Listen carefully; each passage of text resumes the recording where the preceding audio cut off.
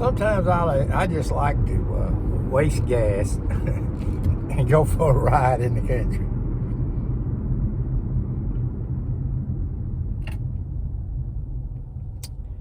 And today I'd like to ride out here. I think I'll ride on down to the river here. And think about this verse in Romans 4:8. 4:8. Blessed is the man whom the Lord will not impute sin. Blessed is the man whom the Lord will not impute sin. Will not. Key two words there. Will not. You have this this language that seems to imply it doesn't lead off with anything to do or not do for him not to impute sin to us. But he says over there, if you'll notice at the beginning, it says blessed. These people are blessed people that he's not going to impute sin to. They have it, read on down further, I think. They have his law is written in their heart, in their conscience. But anyway, that's the thought I like. That's one of my favorite Bible verses, Will not impute sin.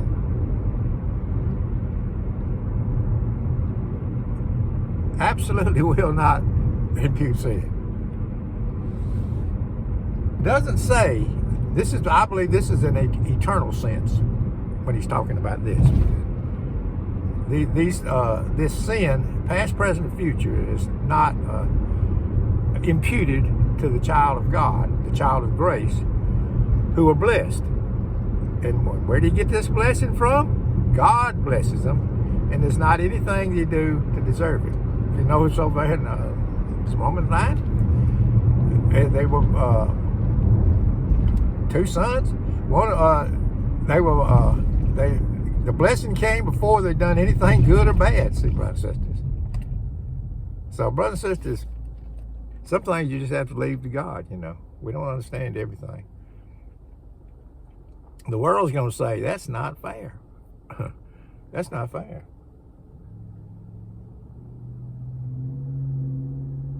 I'm gonna ride on over down here to the. That's my plan.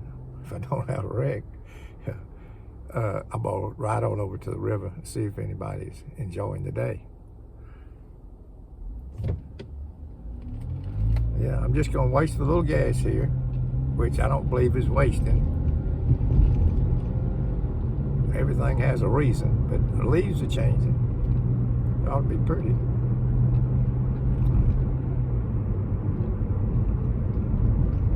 No, brothers and sisters, blessed is the man. I like it when you go to the stores. Sometimes there'll be a waitress there, and somebody will be ringing you up, and when you leave, they'll say, "Have a blessed day." Well, I don't take offense with that at all. Have a blessed day. They won't let them say anything else nowadays, so they can say, but they can't say "have a blessed day," which is different than "have a lucky day." That the world system says "have a lucky day." Good luck, But no, your luck runs out. With luck, that's one thing about it. Luck runs out, but blessing is forever, brothers and sisters.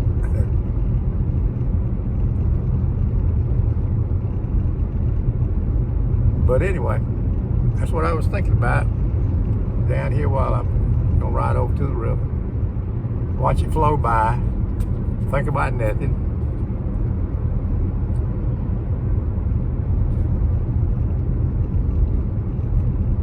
I'll let the viewer see what is flowing through this old man down in Alabama's brain.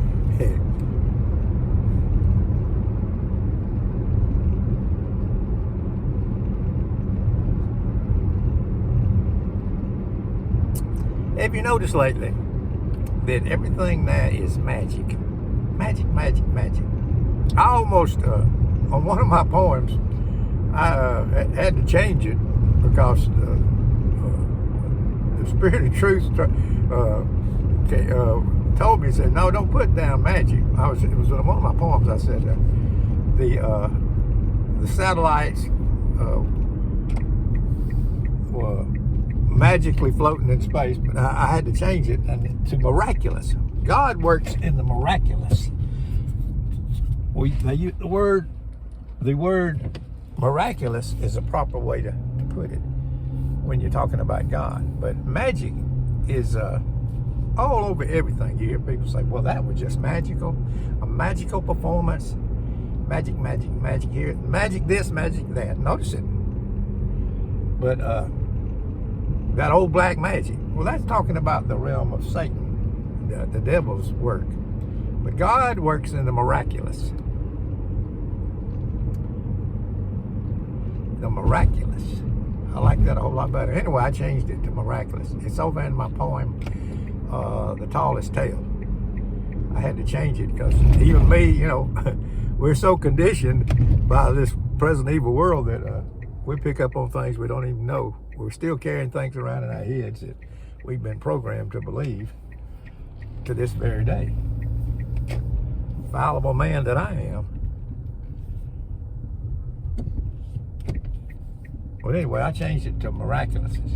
The satellites keep miraculously floating up there in the air, and they never need a repair, all those satellites.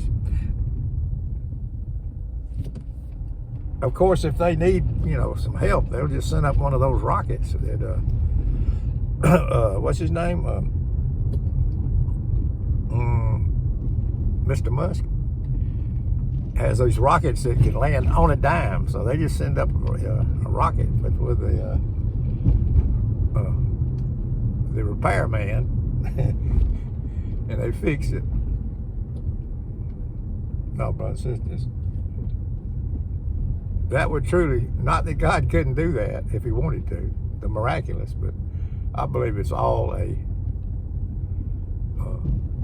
big story, to say the least. Oh, look at this. That's pretty. Leaves everywhere.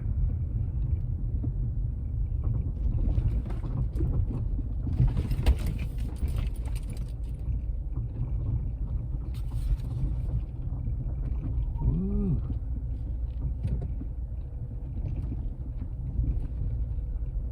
This is amazing. I don't know why I keep coming down here. I've seen it a million times. I was raised up down here.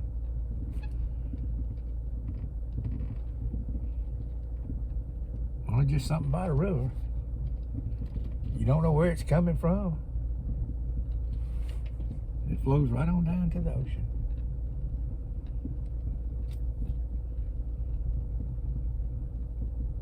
But I have a better perspective now, I believe. Something clicked in my brain when finally I found out they was telling us a story about the ground beneath our feet and that it was stable and it wasn't moving. I said, well, golly, I ran outside. I remember when I finally clicked in my head and I ran outside and I said, golly, it's not moving.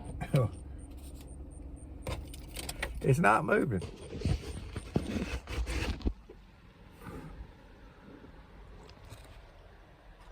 It is not moving. Oh, hey, I can hear the shoals over there. Oh, isn't that beautiful? Mixed in with the wind and the leaves. Wow. There's the turtles sunning on the rocks. Wow. Changing of the seasons. To everything, there's a season and a time to every purpose under heaven. Time to be born and time to die.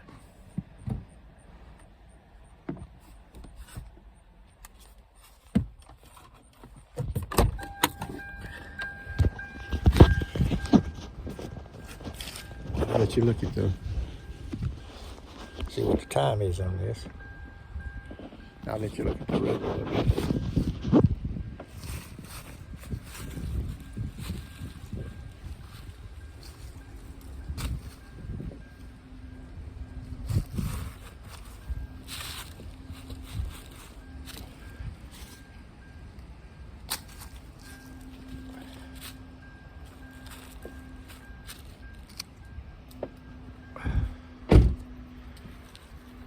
have to be talking every minute. I'm starting to learn that. Keep my big mouth shut. Now God's doing the talking.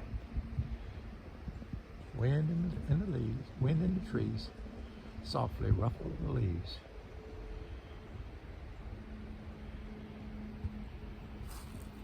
Children at play down the road across the sea. I remember when I was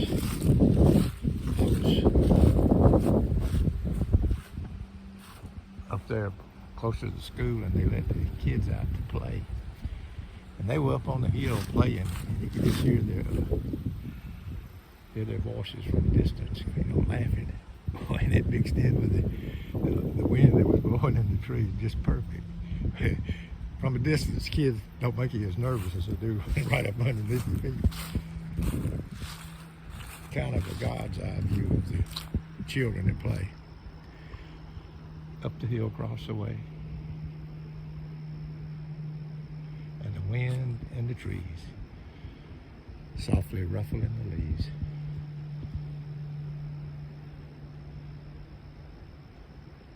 That fella comes down here a lot. He got him a little kayak he puts on top of his car. He's got it going on. He knows to get away from this. He must be a pilgrim. He must be one of my brethren. That,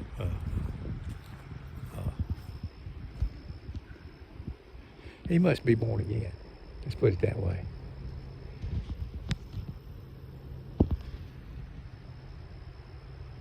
He must be